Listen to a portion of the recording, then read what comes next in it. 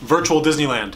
Computers at hospitals. Segway. School technology. On this week's Between the Bytes.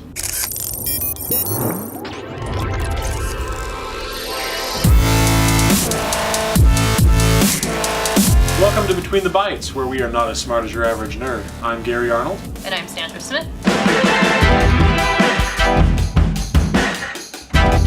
Our first bit of tech news this week is from Google, who is taking all the fun out of Disneyland by letting you virtually tour 11 of Disneyland's parks.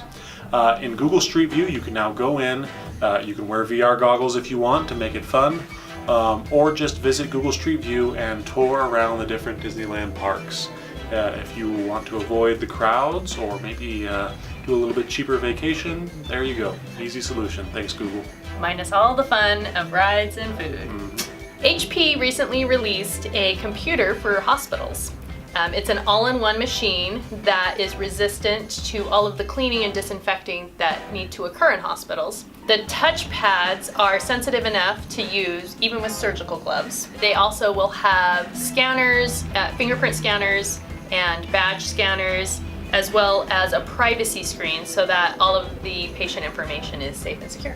It's awesome, tech being used for good. In other news, Segway Robotics, yes, that Segway, who considers themselves a robotics company, has released a new scooter, just like the scooters the mall cops use. This one will take you around, but it will also work on its own now. There is a voice-activated control feature that will have you tell it where to go and what to do. It can take pictures of you on the go, carry around your gear as you float around the airport or wherever you want to take this thing. It starts at $1,300, so get in line. So our last bit of tech news comes from the state of Utah, and a recent Utah Education School Technology Inventory has recently been done. School districts here in the state, as well as charter schools, have a reported average of 0.84 devices per student, which is up from 0.61 in 2015.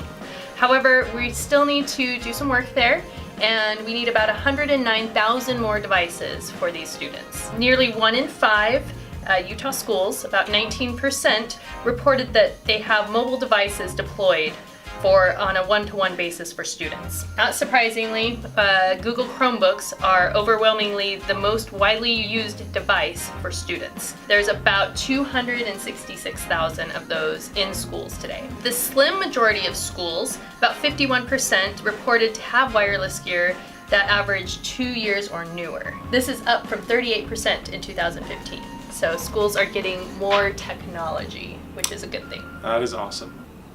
This week in tech history.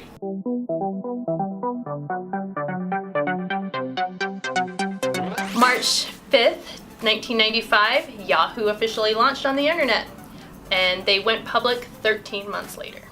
Good for them. Still going strong. On March 6th, 1992, the Michelangelo virus hit computers. This was not the first virus, but it was one of the first viruses covered by the mass media. People were covering it all over. It had a big impact. It was named for Michelangelo's birthday, which was the day that it got released, March 6th. So, happy birthday, Michelangelo. Happy birthday. That's it for this week's episode of Between the Bytes. Thanks for watching. Be sure to like and subscribe. Check back next week for more breaking news and local updates in the tech community.